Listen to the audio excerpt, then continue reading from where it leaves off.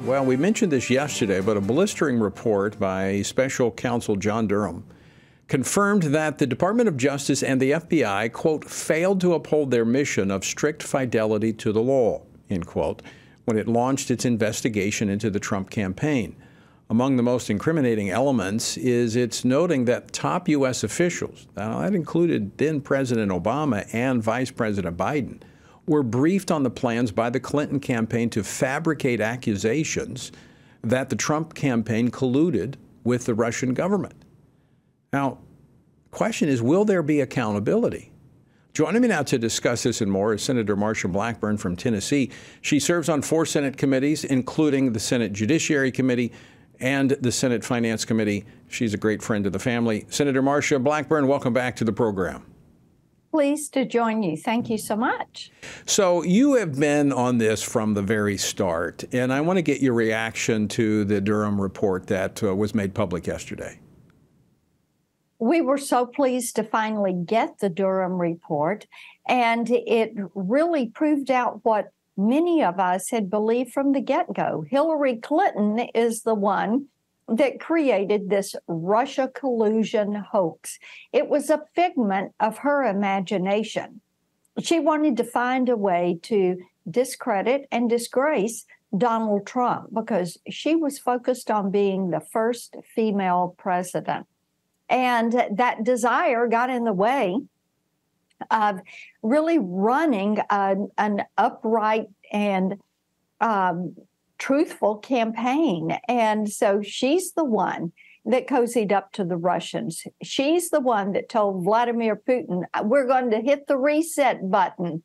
She's the one with the Clinton Foundation and the Clinton Global Initiative that was cozy with the Russians.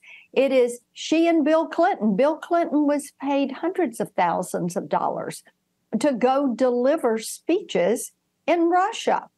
So this is something that has now been shown that they created this narrative. They paid for this narrative. They pulled together documentation and hired people to push this narrative, and the media went along with them every single step of the way. So that raises a question. I mean, we now have the evidence. What again? You and others have been saying that this was the case, but now we have this special counsel that's released this 300-page report that has validated what you've claimed or what you said. Will anything come of it? I do think something will come of it. We know this DOJ is going to be hard-pressed to do anything that affects Joe Biden or Hunter Biden, for that matter, or Hillary Clinton, who it was her campaign that wrote that check and paid for this. And I think they're not going to want to move forward on this. We in Congress cannot take anybody to trial. Right. That is not one of the abilities that we have. We're going to have a new president and a new DOJ to finally hold people to account for this. And I think that's going to have to be a campaign issue so that people can hold whoever is successful in becoming the next president to that. I want to switch gears very quickly. Just got a couple minutes left. You recently reintroduced the Kids Online Safety Act, which would help parents protect their children from what's happening online. Tell us about it. Yes. The Kids Online Safety Act would require social media platforms to design for safety so that your settings are safety by default. It would also require these algorithms to be open and be transparent and require them to be available to third-party research. It would require the social media platforms to go through an audit every year about what is on those platforms, and it would give parents a portal where they could report these postings and videos that encourage self-harm, like suicide or eating disorders. It would give them the ability to contact social media and report cyberbullying and require them to deal with this, to block such content. And being able to give parents and kids the toolbox that they need in order to be sure that the online experience is going to be positive. So when you talk about You talk about the algorithms. There is concern that many of these social media platforms are targeting and exploiting children with these algorithms. This says, look, no longer can this be hidden. You got to let us. Right. You got to let people see, so we know whether or not you are targeting these vulnerable children. Yes, because our children are the product when they are online. Their data is being collected.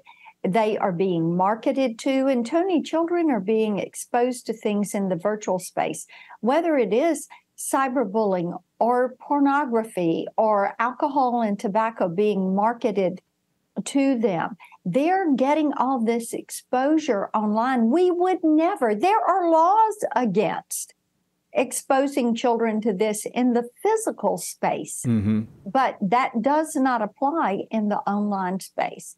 So this is going to put that burden on social media.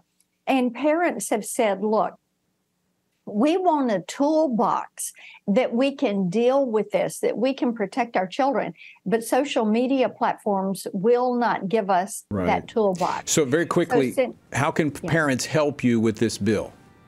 They can, first of all, follow me on social media at Marsha Blackburn.